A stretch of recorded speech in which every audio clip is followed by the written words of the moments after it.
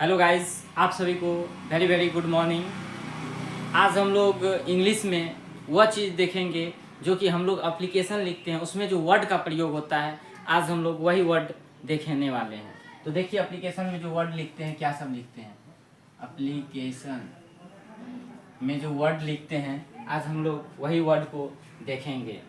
ठीक, तो फर्स्ट में हम लोग क्या लिखते हैं, सेवा में लिखते हैं, हिंदी में लिखते हैं तो सेवा में। अगर इंग्लिश में लिख रहे हैं तो टू लिखेंगे। टू का मतलब हो गया सेवा में टू। उसके बाद जो है सर, महाशय का प्रयोग करते हैं, sir.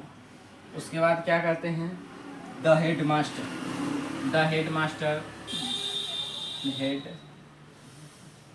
Master, the head master. उसके बाद सब्जेक्ट, सब्जेक्ट के बाद क्या करते हैं, सब्जेक्ट के बाद हम लोग करते हैं थ्रो। क्या, थ्रो, TROUGS, थ्रोग। क्या करते हैं, थ्रोग, THROUGS, थ्रोग। उसके बाद हम लोग करते हैं ग्रैंड या फिर योर ओबेडिएंट। क्या करते हैं, योर ओबेडिएंट, योर ओबेडिएंट। उसके बाद grand, Grand.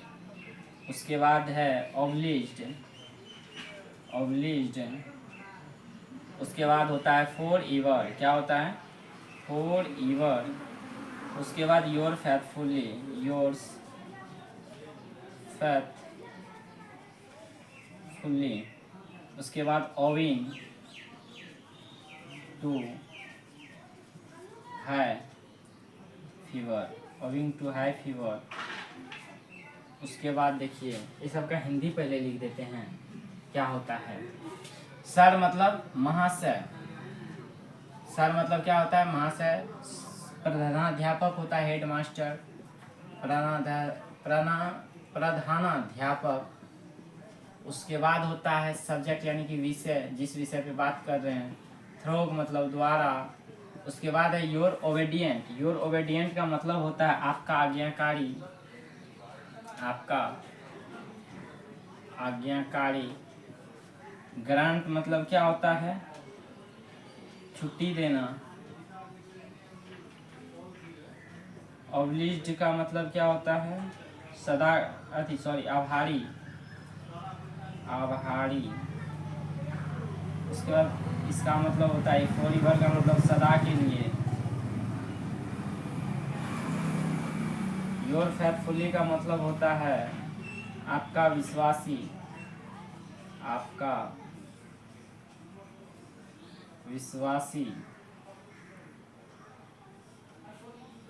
Owing to high fever का मतलब तेज बुखार होने के कारण, तेज बुखार होने के कारण। उसके बाद होता है, उसके बाद ले लीजिए most humbly, most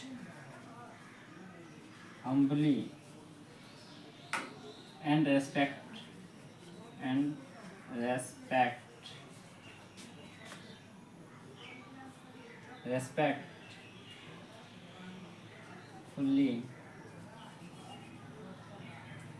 respectfully. I beg to set, I beg to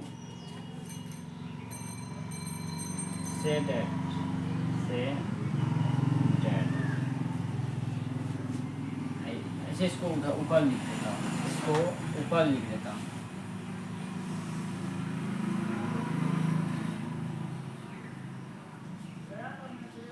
इसको मैं ऊपर यहाँ लिख देता हूँ।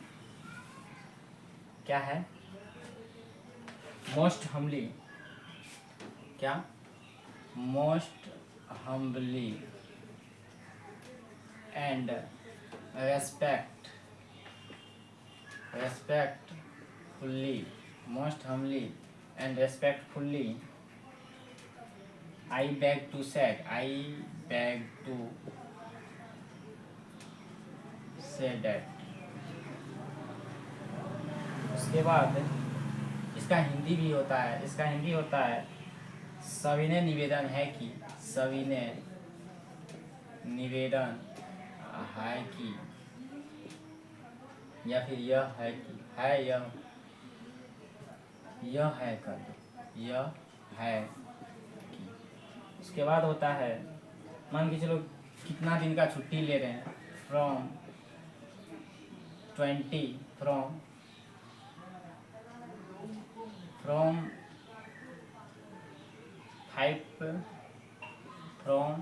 5 जून to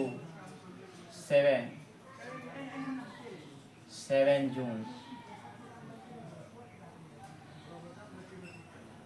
तो इसका हिंदी में लिखेंगे 5 जून से 7 जून तक। उसके बाद लिखते हैं इंग्लिश में क्या, होप डैट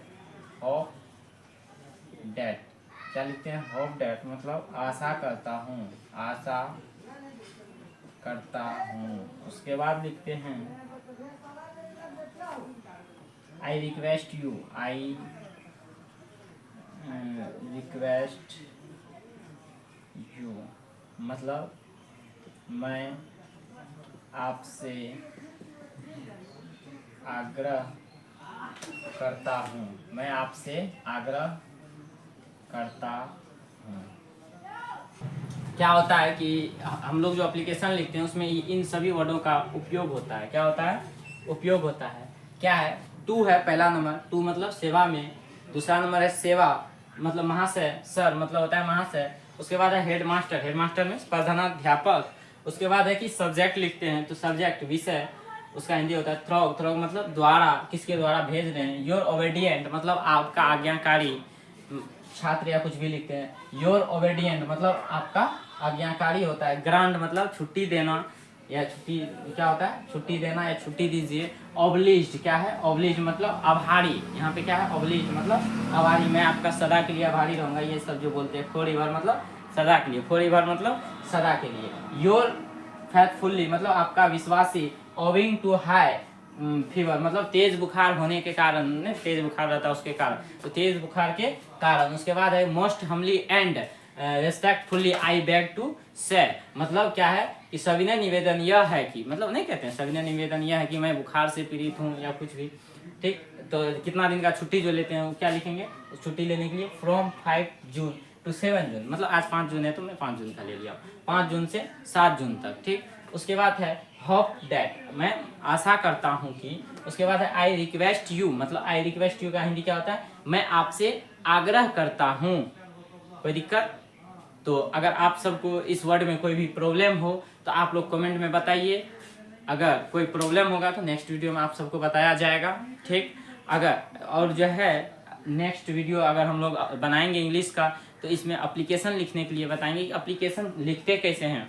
ये तो उसका वर्ड हो गया, इस वर्ड का कहाँ पे प्रयोग करेंगे ये चीज़ बताएंगे नेक्स्ट वीडियो में। ठीक, कोई दिक्कत हो तो आप सब कमेंट कीजिए और वीडियो को ज़्यादा से ज़्यादा शेयर कीजिए और साथ ही लाइक करके ही जाइएगा। Thank you so much.